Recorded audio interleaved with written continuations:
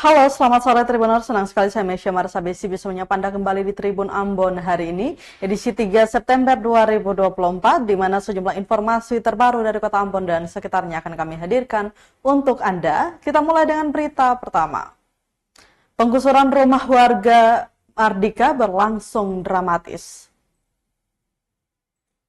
Penggusuran salah satu rumah milik keluarga Mailuhu di Jalan Mutiara Mardika, Kecamatan Sirimau, Kota Ambon berlangsung dramatis. Pantauan tribunambon.com sekitar pukul 12 siang, pemilik rumah bersikeras mempertahankan hak mereka. Namun di sisi lain, panitera dari Pengadilan Negeri Ambon tetap menjalankan penggusuran. Aparat kepolisian pun berjaga guna mengamankan jalannya proses gusur. Salah seorang penghuni rumah pun memanjakan doa dan puji-pujian. Tuhan Yesus tolong, teriaknya. Upaya mempertahankan rumah sejak pukul 9 pagi pun pasrah. Pihak keluarga dibantu tetangga mengangkat barang perabotan dari dalam rumah. Ajaib Tuhan, ajaib Tuhan, kami memuji-Mu.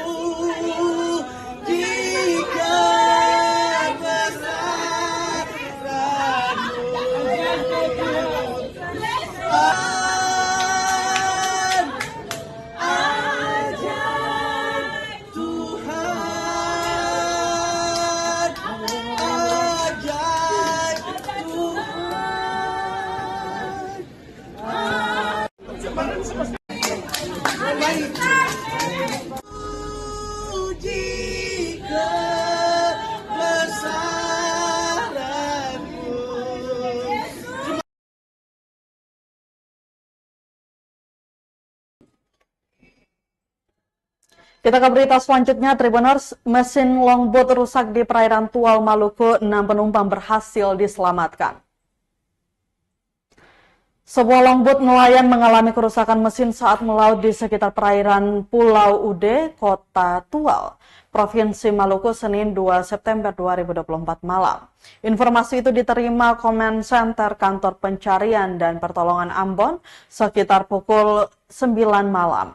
Perahu bermuatan 6 orang nelayan itu terombang-ambing meski telah berusaha memperbaiki mesin yang rusak. Kantor Pencarian dan Pertolongan Ambon lalu mengerahkan tim SAR gabungan yang terdiri dari Pos SAR Tual, Pol Airut Polda Maluku, serta keluarga korban. Menggunakan RIP 04 Pos SAR Tual pukul setengah 10 malam, tim SAR gabungan dikerahkan menuju lokasi kejadian di sekitar perairan Pulau Ude, Kota Tual pada koordinat 5 derajat dan selanjutnya Tribuners. Kemudian faktor cuaca, tinggi gelombang, serta jarak pandang yang terbatas pada malam hari membuat tim SAR gabungan extra safety dalam pencarian korban. Pukul setengah 1 malam, tim SAR gabungan berhasil menemukan seluruh korban dalam keadaan selamat pada koordinat 5 derajat dan selanjutnya. Seluruh korban dievakuasi dan dibawa menuju Desa Fiditan guna diserahkan kepada pihak keluarga.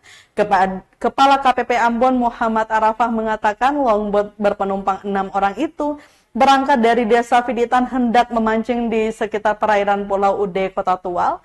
Setelah berkomunikasi dengan pihak keluarga dan meneruskan informasi ke Pos SAR Tual dan dilakukan tindakan operasi SAR. Dengan ditemukannya korban, maka operasi SAR dinyatakan selesai dan ditutup.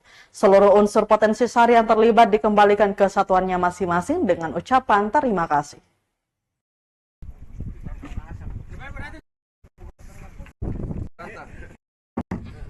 Kapal longboat mati mesin dengan TUB 6 orang terombang-ambing di sekitar Pulau Ud, Kota Tual. Pada tanggal 3 September 2024, pukul 00.30 waktu Indonesia Timur, Kantor Pencarian dan Pertolongan Ambon terima info dari tim SAR gabungan bahwa pada pukul 00.25 waktu Indonesia Timur telah ditemukan 6 orang korban dalam keadaan selamat dengan jarak 1,33 nautical mile arah barat laut dari LKK. Selanjutnya, korban dievakuasi ke Kampung Fiditan, Kota Tual. Pada pukul 00.0045 waktu Indonesia Timur dengan dievakuasinya korban dalam keadaan selamat. Selanjutnya operasi SAR dinyatakan selesai dan diusulkan untuk ditutup. Kepada seluruh unsur yang terlibat dikembalikan kesatuannya masing-masing dengan ucapan terima kasih. Adapun unsur yang terlibat, tim rescue Kota Tual, Pol Air Kota Tual, dan keluarga korban. Demikian yang dapat kami sampaikan. Terima kasih. Tarik pantat.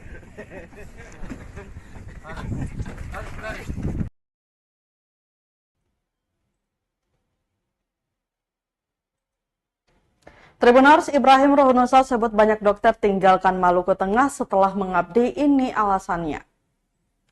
Bakal calon Bupati Maluku Tengah Ibrahim Rohunusa mengatakan sejak dulu hingga kini sudah banyak dokter yang didatangkan ke bumi Pamahan Nusa. Namun tak sedikit dari mereka yang memilih meninggalkan Maluku Tengah setelah mengabdi. Rohunusa mengungkapkan hal tersebut ia ketahui saat membuka dokumen APBD saat masih menjabat sebagai Ketua DPRD Maluku Tengah, dan menurutnya penyebabnya lantaran persoalan kesejahteraan yang belum dijamin secara baik. Dikatakan Tribuners, jika dibandingkan dengan 10 kabupaten kota lainnya di Maluku, Kabupaten Maluku Tengah memiliki tingkat pelayanan paling tinggi. Namun intervensi terhadap upah tenaga dokter sangat minim. Lanjutnya, jika ditanya kepada para dokter saat ini sudah sebandingkah hasil yang diperoleh dengan pelayanan yang diberikan, maka sudah tentu mereka akan diam 1000 bahasa karena terikat status karir. Ia pun berkomitmen bakal menjadikan sektor kesehatan sebagai program prioritas kepemimpinannya jika terpilih sebagai Bupati di Pilkada Maluku Tengah November nanti. Untuk tugas ini ia bahkan menunjuk calon wakilnya yang berlatar belakang dokter untuk menangani ihwal kesehatan tersebut.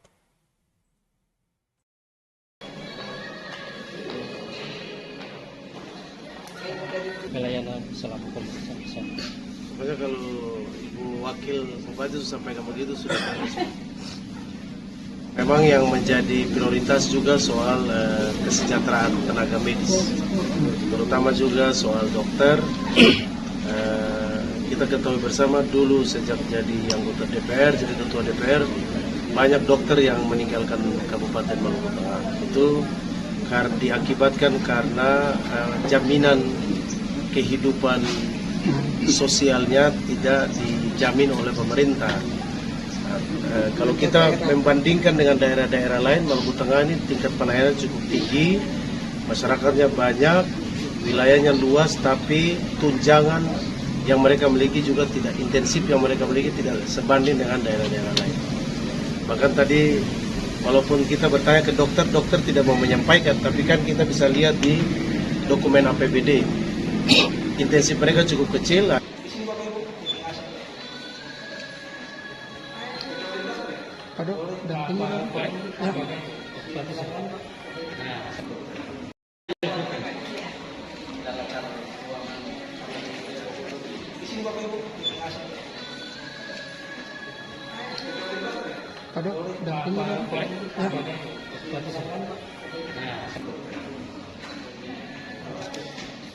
Helo, angkat tangan dulu.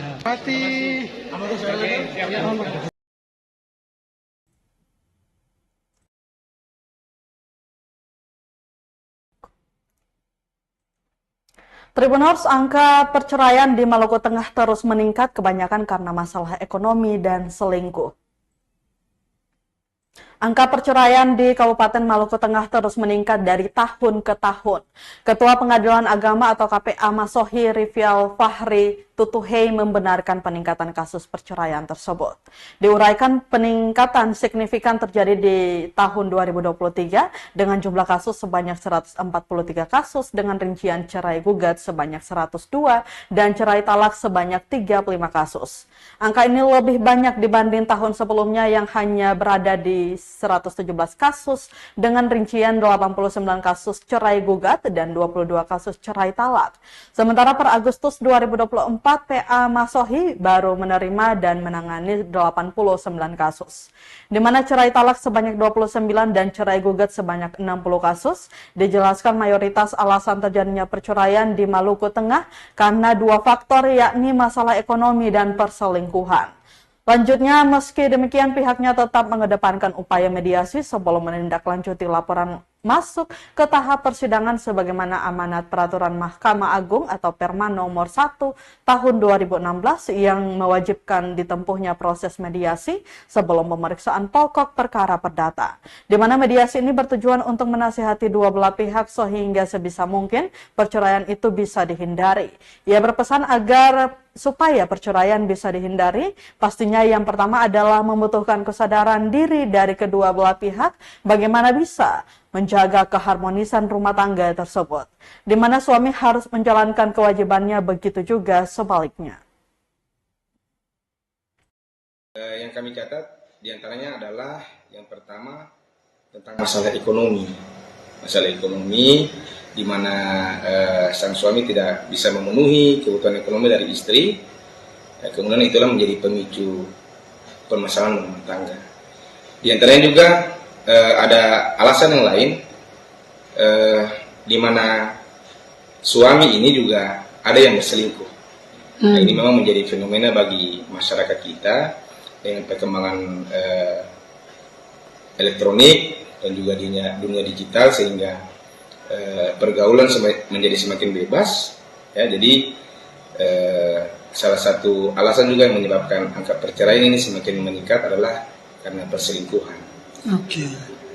Jadi memang ini menjadi PR bagi kita bersama, ya, untuk perceraian ini. Tapi berdasarkan Perma nomor 1 tahun 2016, sebelum kita memeriksa tentang perkara perdata, khususnya perkara cerai, kami di pihak Mas ini berdasarkan amanat dari perma tersebut, kami tetap mengupayakan untuk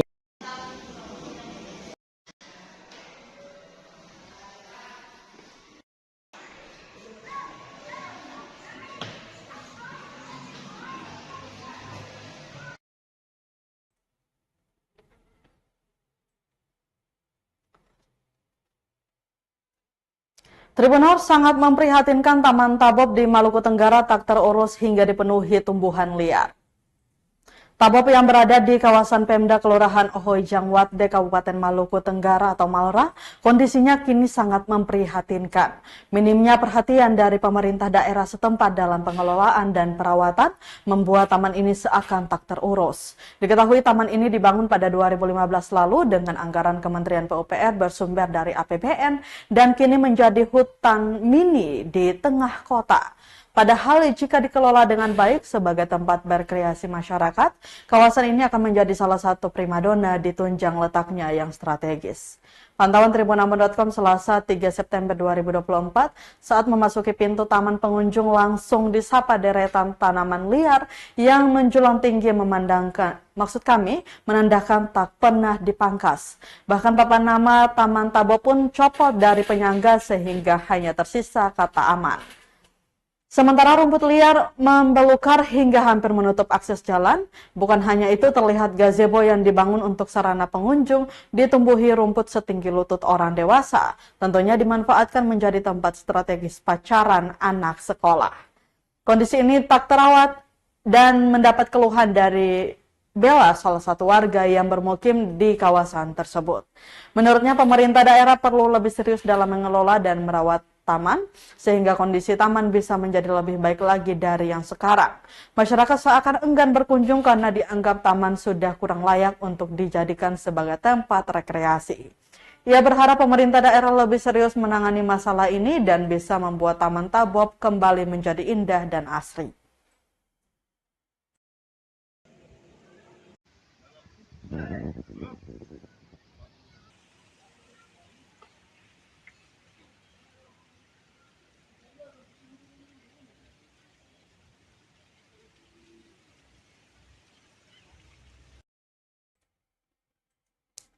Baik Tribuners, berarti tadi sekaligus menutup rangkaian kebersamaan kita di Tribun Ambon hari ini edisi 3 September 2024. Mewakili seluruh kru yang bertugas, saya Mesya Marsabesi pamit undur diri. Selamat sore dan sampai jumpa. Amato.